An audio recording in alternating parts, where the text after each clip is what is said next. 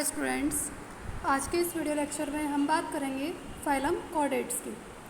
ठीक है, तो चलिए स्टार्ट करते हैं फाइलम कॉर्डेट्स को। तो पहले इसमें फर्स्ट इसका जो पॉइंट है वो है प्रेजेंस ऑफ नोटोकॉर्ड, यानी कि इनके अंदर क्या होती है, नोटोकॉर्ड प्रेजेंट होती है। नोटोकॉर्ड क्या होती है, ये कुछ कार्टिलेज की बनी हुई, कार्टिलेज टिश्यूज़ की बनी हुई एक कॉर्ड होती है जो कि एम्ब्रियोनिक स्टेज में एम्ब्रियो को सपोर्ट देने का काम करती है, उसे कहते हैं notochord. Have dorsal hollow nerve cord and paired pharyngeal gill slits, यानी कि अब क्या होगा इसके बाद, और साथ ही साथ कुछ जो इनकी डॉर्सल सरफेस होती है वहाँ पर क्या होंगे, पहली बात तो इनमें नोटोकॉर्ड होगी, है ना, या फिर क्या होगा इनमें कि कभी कभी कि जो डॉर्सल सरफेस है वहाँ पर क्या होती हैं, नर्व कॉर्ड होती हैं। डॉर्सल सरफेस यानी कि जो पीछे का जो बैक पोर्शन है जहाँ पर रीढ़ की हड्डी होती है उसको कहते हैं डॉर्सल सरफेस। ठीक है, तो डॉर्सल सरफेस पर क्या हो जाएंगी, हॉलो नर्व कॉर्ड वहाँ पर आकर प्रेजेंट हो जाती हैं। और साथ ही साथ क्या होगा, पेयर्ड फेरेंजियल गिल स्लिट्स। तो पेयर्ड फेरेंजियल गिल स्लिट्स क्या होते हैं, गिल स्लिट्स क्या होते हैं, जो कि ये एक तरीके के फिल्टर ऑर्गन होते हैं जो अपने अंदर, जो माउथ के थ्रू पानी को अपनी बॉडी के अंदर ले जाएंगे, और गिल स्लिट्स क्या करेंगे, जो भी यूजेबल पार्ट है उस पानी से अपने अंदर उसको शक्कर उसको मतलब एब्जॉर्ब कर लेंगे, और जो वेस्ट मटेरियल है पानी का, जो बेकार पानी है, उसको फेरेंजियल गिल स्लिट्स के थ्रू बाहर निकाल देंगे। तो ये इनका पहला फीचर है कि कैसे होते हैं, नोटोकॉर्ड होती है इनमें, है डॉर्सल हॉलो नर्व कॉर्ड, यानी कि डॉर्सल सरफेस पर हॉलो नर्व कॉर्ड होगी, और क्या होगा इसमें, पेयर्ड फेरेंजियल गिल स्लिट्स इनके अंदर होते हैं, जितने भी ऑर्गेनिज्म कॉर्डेट्स के अंदर आते हैं। नेक्स्ट है इसमें बाइलेटरली सिमेट्रिकल। बाइलेटरली सिमेट्रिकल यानी कि किसी भी ऑर्गेनिज्म को अगर हम किसी फिक्स प्लेन से कट करें और उसके अगर दो बराबर पार्ट्स में, दो बराबर हाफ में अगर वो डिवाइड हो रहा है, तो ऐसे ऑर्गेनिज्म क्या कहलाते हैं, बाइलेटरली सिमेट्रिकल ऑर्गेनिजम्स कहलाते हैं। जैसे कि ह्यूमन बीइंग है, उसको अगर आप वर्टिकली या लॉन्गिट्यूडनली अगर आप कट करेंगे तो उसके दो पार्ट, यानी कि एक साइड में एक हाथ, दूसरी साइड में दूसरा हाथ, एक साइड में एक पैर और दूसरी साइड में दूसरा पैर, तो इस तरीके से मतलब सिर्फ एक ही डायरेक्शन से काट सकते हैं, तो उसको कहते हैं बाइलेटरली सिमेट्रिकली या बाइलेटरली सिमेट्रिकल। ट्रिप्लोब्लास्टिक का मतलब क्या होता है, जिसके अंदर 3 लेयर होती हैं, यानी कि एक्टोडर्म, मीजोडर्म और एंडोडर्म। सीलोमेट यानी कि जो एंडोडर्म है और मीजोडर्म है उसके बीच में अगर कोई कैविटी प्रेजेंट है तो ऐसे ऑर्गेनिज्म क्या कहलाते हैं, सीलोमेट कहलाते हैं। Organ system level of organisation, यानी कि काफ़ी सारे ऑर्गन्स होते हैं और वो ऑर्गन मिलकर एक बॉडी को बना रहे हैं, तो उसको बोलते हैं organ system level of organisation. जैसे कि ह्यूमन बीइंग है, उसके अंदर काफ़ी सारे ऑर्गन्स होते हैं, जैसे कि ब्रेन है, हार्ट है, किडनी है, ये सभी क्या है, अपने अपने आप में एक अलग अलग ऑर्गन है, और ये सब ऑर्गन मिलकर एक बॉडी को बना रहे हैं, उसको कहते हैं organ system level of organisation. Next इसमें क्या है, क्लोज सर्कुलेटरी सिस्टम। जो इसके अंदर सर्कुलेशन होता है ब्लड का, वो क्लोज टाइप का होता है।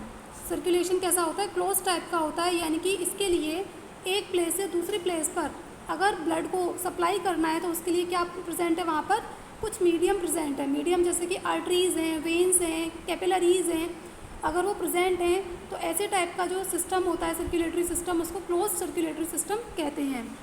नेक्स्ट इसमें वेंट्रल हार्ट, यानी कि जो इनकी वेंट्रल सरफेस होती है, वेंट्रल सरफेस यानी कि जहाँ पर हमारा माउथ होता है उस साइड को कहते हैं वेंट्रल सरफेस, वहाँ पर इनमें हार्ट प्रेजेंट होता है, यानी कि चेस्ट एरिया होगा वहाँ पर हार्ट प्रेजेंट होगा। Post anal tail is present, यानी कि कुछ रिड्यूस टेल इनके अंदर प्रेजेंट होती है। अब ये जो फाइलम कॉर्डेट आए हैं, फाइलम कॉर्डेट जो है वो फर्दर डिवाइडेड होता है 3 सब फाइलम में। फाइलम कॉर्डेट जो है 3 सब फाइलम में डिवाइडेड होता है। फर्स्ट इज यूरोकॉर्डेट, ठीक, यूरोकॉर्डेट। नेक्स्ट है इसमें सिफेलोकॉर्डेट, यूरोकॉर्डेट, यूरोकॉर्डेटा, सिफेलोकॉर्डेटा और वर्टिब्रेटा। इनमें यानी कि यूरोकॉर्डेट, सिफेलोकॉर्डेट और वर्टिब्रेट, इनमें ये इस तरीके से डिवाइड होते हैं। तो पहले हम बात करेंगे यूरोकॉर्डेट की। तो यूरोकॉर्डेट में कैसे ऑर्गेनिजम्स आते हैं, notochord is present only in larval tail, यानी कि जो नोटोकॉर्ड है वो केवल और केवल लार्वल टेल तक ही प्रेजेंट होती है। जो लार्वल टेल वाली स्टेज आती है वहाँ तक ही इनके अंदर ये नोटोकॉर्ड प्रेजेंट होती है, ठीक है।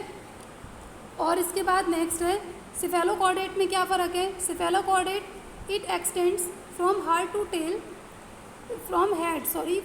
To tail and persist throughout the life. यानी कि ये जो नोटोकॉर्ड है वो सिर से लेके टेल तक ये एक्सटेंड रहती है और थ्रू आउट लाइफ ये कैसी रहती है, परसिस्ट रहती है। नेक्स्ट है इसमें vertebrata possesses notochord in embryonic period which is replaced by vertebral column in adults।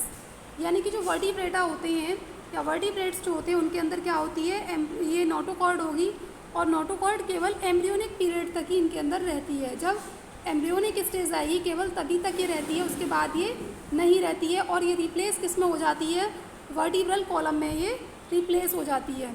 क्योंकि जो नोटोकॉर्ड है वो किसकी बनी हुई होती है, कुछ टिश्यूज़ की, जो कार्टिलेज के टिश्यूज़ होते हैं उनकी बनी हुई होती है और काफ़ी सॉफ्ट टाइप की होती है। तो जब एडल्ट स्टेज आती है तो कुछ स्ट्रॉन्ग चाहिए, तो इसीलिए ये किस में रिप्लेस हो जाएगी, वर्टिब्रल कॉलम में ये रिप्लेस हो जाती है। नेक्स्ट है इसमें सबफाइलम वर्टिब्रेटा, यानी कि जो सबफाइलम वर्टिब्रेटा है वो किस में फर्दर डिवाइडेड इनटू 2 डिवीजन्स, तो वो 2 डिवीजन्स में डिवाइड हो जाता है, एग्नेथा और दूसरा है ग्नैथोस्टोमेटा। एग्नेथा कैसे होते हैं, जिनके अंदर जॉज होते हैं, यानी कि जो जबड़े हैं जिनके अंदर प्रेजेंट होंगे, जिनके अंदर नहीं होंगे, लैक ऑफ जॉज है ना। तो जो एग्नेथा हैं, एग्नेथा में क्या होता है, जिनके अंदर जॉज नहीं है, ठीक है, जिनके अंदर लैक ऑफ जॉज हैं, जॉ यानी कि जबड़े जिनमें प्रेजेंट नहीं है उनको कहेंगे ग्नैथा, और जो एग्नेथा उनको बोलेंगे एग्नेथा। और जो ग्नैथा होते हैं, ग्नैथोस्टोमेटा, जिनके अंदर क्या होते हैं, जॉज प्रेजेंट होते हैं, यानी कि जो जबड़े हैं जिनमें प्रेजेंट होंगे उनको कहेंगे ग्नैथोस्टोमेटा, और जिनमें जबड़े नहीं होते उनको एग्नेथा बोला जाता है। क्या बोलते हैं, एग्नेथा कहा जाएगा। जो ग्नैथोस्टोमेटा हैं वो अब आगे डिवाइड होंगे, further divided in 2 super classes, 2 super classes में डिवाइड रहते हैं, पिसेस में और दूसरे टेट्रापोडा में। पिसेस यानी कि ये कुछ ऐसी इसके अंदर मछलियाँ आती हैं जिनके अंदर बियर फिन्स, इनमें फिन्स होंगे, तैरने के लिए फिन होते हैं, जबकि टेट्रापोडा में आने वाली जो फिशेज़ होती हैं वो कैसी होती हैं, जिनमें क्या होती हैं, बियर लिम्स। तो फिन की जगह पर क्या होते हैं, इनके अंदर लिम्स होते हैं। अब नेक्स्ट जो इसकी क्लास है ना, उसे हम स्टार्ट करते हैं, वो है क्लास साइक्लोस्टोमेटा, ठीक है, क्लास साइक्लोस्टोमेटा। अब क्लास इसके अंदर आने वाले जो ऑर्गेनिजम्स होते हैं, जो कॉमनली इन्हें किस तरीके से जाना जाता है, इस क्लास को सर्कुलर माउथ फिशेस के नाम से इनको जाना जाता है। कॉमन नेम क्या है, circular mouth fishes. They are ectoparasites on some fishes, यानी कि ये कैसे होते हैं, एक्टोपैरासाइट्स। एक्टोपैरासाइट्स यानी कि पैरासाइट हैं, और कैसे पैरासाइट हैं, जो बॉडी के बाहर की तरफ रहते हैं। जैसे कि डॉग के ऊपर टिक्स रहते हैं, तो टिक्स क्या करते हैं, वो उस डॉग के खून को पीते रहते हैं, बिल्कुल वैसे ही इनके अंदर ये कुछ ऐसी छोटी फिशेस होती हैं जो बड़ी फिशेस के ऊपर रहती हैं, और इसीलिए इनको क्या बोला जाता है, एक्टोपैरासाइट्स कहते हैं। They have sucking and circular mouth without jaw, यानी कि इनके अंदर क्या होते हैं, जॉ नहीं होते हैं, यानी कि ये एग्नेथा में आती हैं। किस में आती हैं, एग्नेथा के अंदर आती हैं, और एग्नेथा वाले जो डिवीज़न है उसके अंदर आती हैं, क्योंकि इनके अंदर क्या नहीं है, जॉज इनमें प्रेजेंट नहीं होते हैं। और साथ ही साथ शकिंग के लिए, जो ब्लड है उसको शक करने के लिए इनके शकिंग ऑर्गन्स इनके अंदर होते हैं। नेक्स्ट है इसमें बॉडी डिवाइड ऑफ स्केल्स, जो इनकी बॉडी है वो काफ़ी सारे स्केल्स में डिवाइड रहती है। और क्या होते हैं इसमें, रेस्पायरेशन के लिए गिल्स रेस्पायरेशन के लिए इसमें गिल्स प्रेजेंट होते हैं। और जो इनकी जो क्रेनियम है, क्रेनियम मतलब जो खोपड़ी है इनकी, और vertebral column, cranium and vertebral column is cartilaginous, यानी कि कार्टिलेज टिश्यूज़ के बने हुए होते हैं। क्या, क्रेनियम और वर्टिब्रल कॉलम, ये कार्टिलेज टिश्यूज़ के बने हुए होते हैं। नेक्स्ट है इसमें जो सर्कुलेशन है वो कैसा होता है, क्लोज टाइप का होता है। तो ये आप समझ गए होंगे क्लोज टाइप का सर्कुलेशन कैसा होता है, जिनमें कोई भी मीडियम प्रेजेंट होता है, जिनमें मीडियम के थ्रू जो ब्लड है वो एक जगह से दूसरी जगह पर जा रहा है, उसे कहेंगे क्लोज सर्कुलेटरी सिस्टम।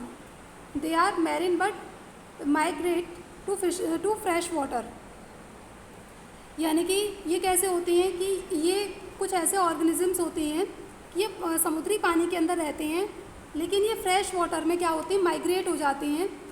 मतलब एग देने के लिए, स्पॉनिंग के लिए क्या होंगे, उस पानी के अंदर फ्रेश वाटर में माइग्रेट हो जाएंगे। वैसे नॉर्मली कैसे होते हैं, मैरिन ऑर्गेनिज्म होते हैं, लेकिन एग देने के लिए ये फ्रेश वाटर में माइग्रेट हो जाते हैं और एग देने के बाद ये क्या होंगे, आफ्टर फ्यू डेज़, यानी कि वहाँ पर जब एग दे देंगे, एग देने के बाद ये क्या होंगे, मर जाएंगे। ठीक है। वैसे तो ये मैरिन ऑर्गेनिज्म है, लेकिन स्पॉनिंग यानी कि अंडे देने के लिए ये फ्रेश वाटर में माइग्रेट कर जाएंगे और वहाँ पर जैसे ये अंडे दे देंगे उसके कुछ दिनों बाद इनकी डेथ हो जाती है। अब नेक्स्ट इसमें larva return to sea after metamorphosis, यानी कि जो लार्वा है वो सी में कब वापस आएगा, मेटामॉर्फोसिस के बाद आता है। जो लार्वा है वो मेटामॉर्फोसिस के बाद किस में वापस आ जाएगा, सी में, यानी कि मैरिन वाटर में फिर से वापस आ जाएगा। मेटामॉर्फोसिस क्या होती है, मेटामॉर्फोसिस ये मतलब जो चेंज दिखाई देते हैं जिसमें काफ़ी सारी स्टेजेस आती हैं कि पहले कोई एग है, एग के बाद उसमें प्यूपा है, लार्वा, प्यूपा स्टेज आ रही है, लार्वल स्टेज आ रही है और फिर फाइनली कोई एडल्ट अगर उस बन रहा है तो उसे कहते हैं मेटामॉर्फोसिस स्टेज। ठीक है। तो मेटामॉर्फोसिस के बाद जो लार्वा है वो सी वाटर में वापस आ जाता है। ठीक है। इसके एग्जाम्पल्स हैं पेट्रोमाइजोन और मिक्सिन, ये कुछ इसके एग्जाम्पल्स हैं। तो आज के लिए इतना ही, आज हम यहीं पर इस वीडियो को स्टॉप करेंगे। आई होप कि आपको क्लियर हुआ है, समझ में आया है। और अगर ये आपको क्लियर हुआ है, समझ में आया तो प्लीज़ हमारे चैनल को लाइक कीजिए, सब्सक्राइब कीजिए और ज़्यादा से ज़्यादा इस वीडियो को शेयर कीजिए। Thank you students.